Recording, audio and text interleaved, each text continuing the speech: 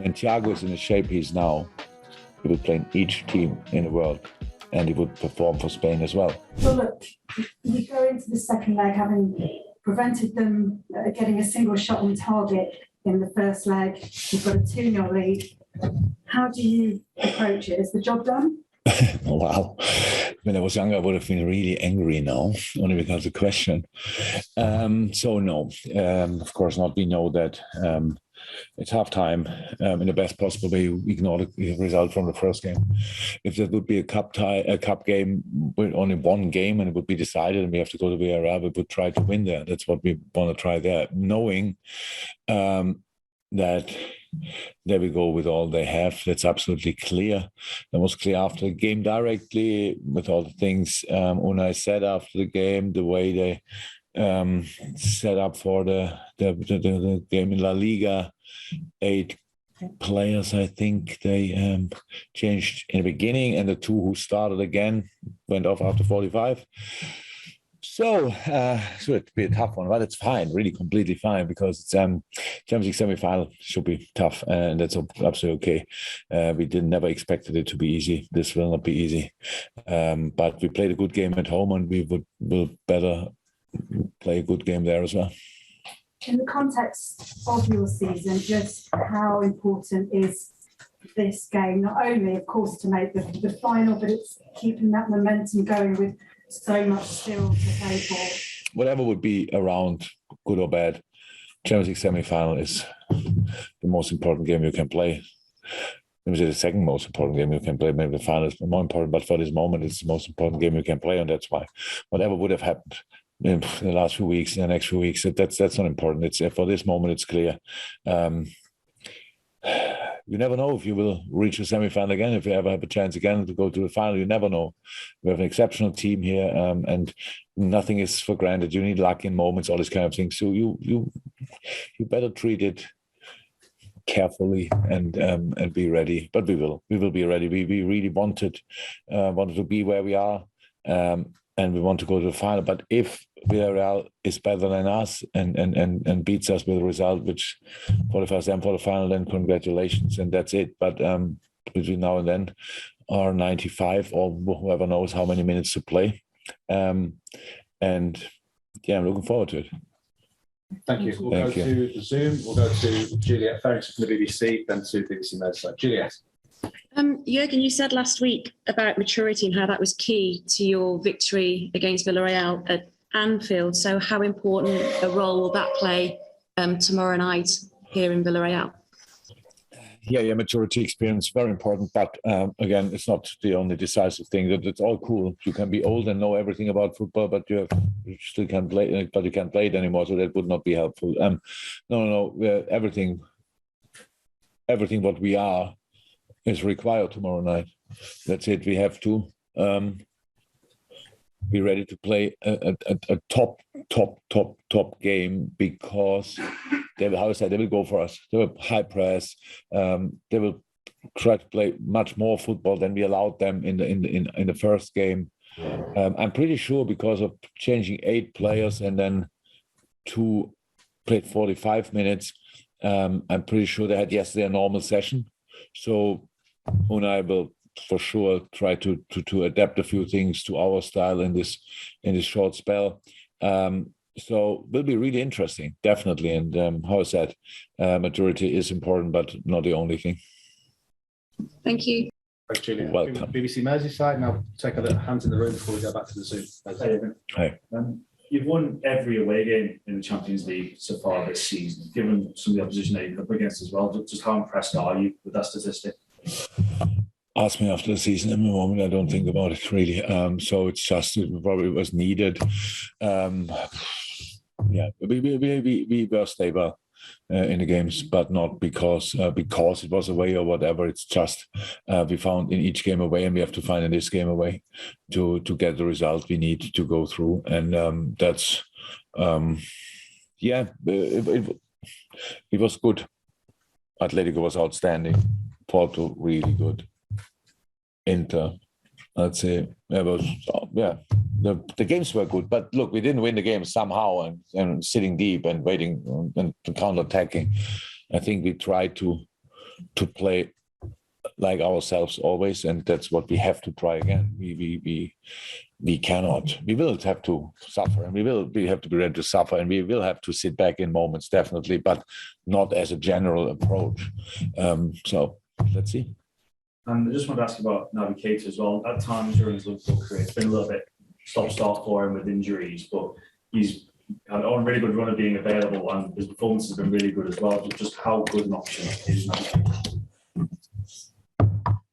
So long may that continue, because that's crucial. Eh? That's key to everything. If you have the talent and the skills of Naby Keita and you're not fit, then nobody sees it. That's how it is. If you then come back and not in the best possible shape, all these kind of things, that's normal physically. So if the player was never in doubt, not for a second, because it's outstanding. But no, it's good that he is now available. Yes, it's a good option, very good option to have, and played the weekend, obviously a really good game.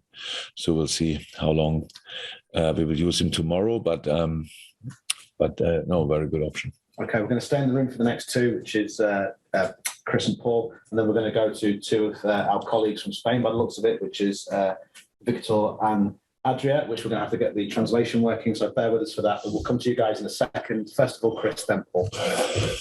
How much is the experience of 2019 helping you at this moment? Because it's where you were chasing down Manchester City in the league and also going for glory. You were being through that. Is that helping anything? Yeah. In general, it's not the only year. Okay, with going to the Champions League final. And winning it. So, but in general, our last period of the season is most of the time pretty intense, because it's the Premier League is too difficult to have a clear lead or whatever to qualify for the Champions League. That this happened this year already is a really big achievement. To be honest, it happened that early with all the competitors out there.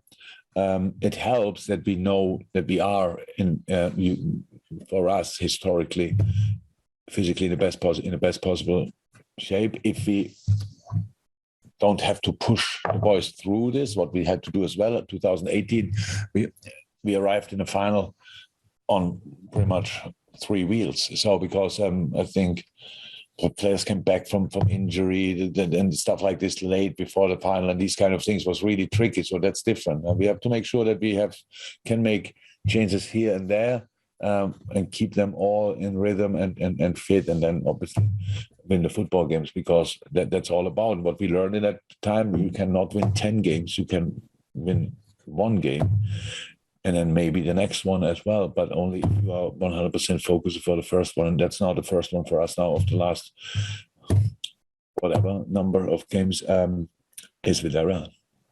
Paul? Just a quick one first. So the squad updates, is everyone available?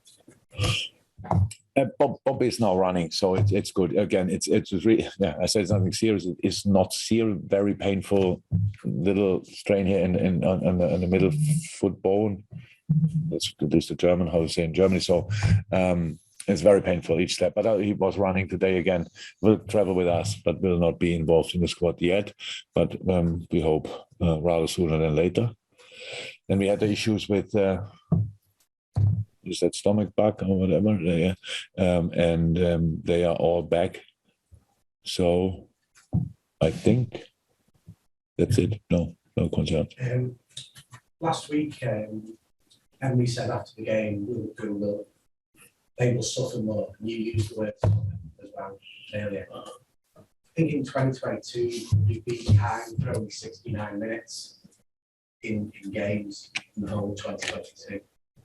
So while there is, so for example, say at Man City in the first half, you did suffer, but you found a way of coming back and getting results in that. So even though there'll be difficult moments tomorrow, you must have a great sense that this team can come through what's asked of them, the challenges that they'll face. I do, but the thing with all these things during the season, obviously in the situation we are, it's clear we must have done something right in the last few weeks and months. That's clear. But the problem in our job is everything perfect until this moment. I'm sitting here and the next game we start on the wrong foot or whatever, and all of a sudden the game gets a difficult on a different dynamic and all these kind of things. And now, so it's good to know, and it gives it's more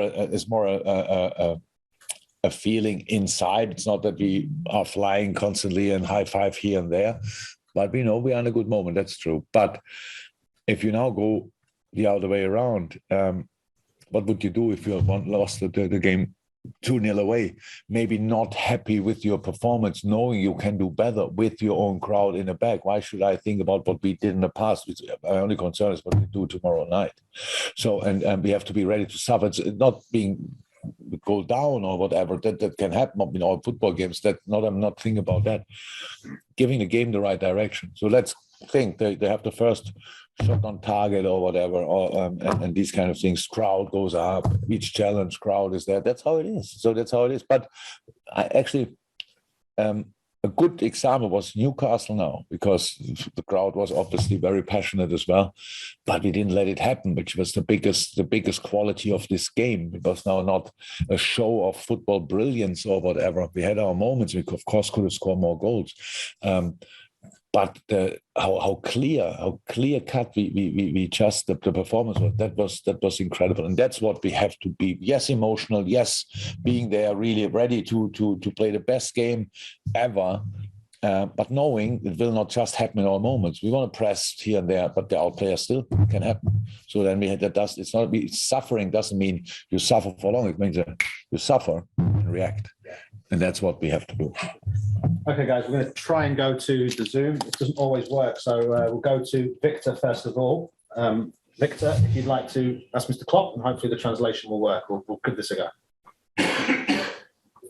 Sí, has jugado 7 partidos de eliminatoria en España.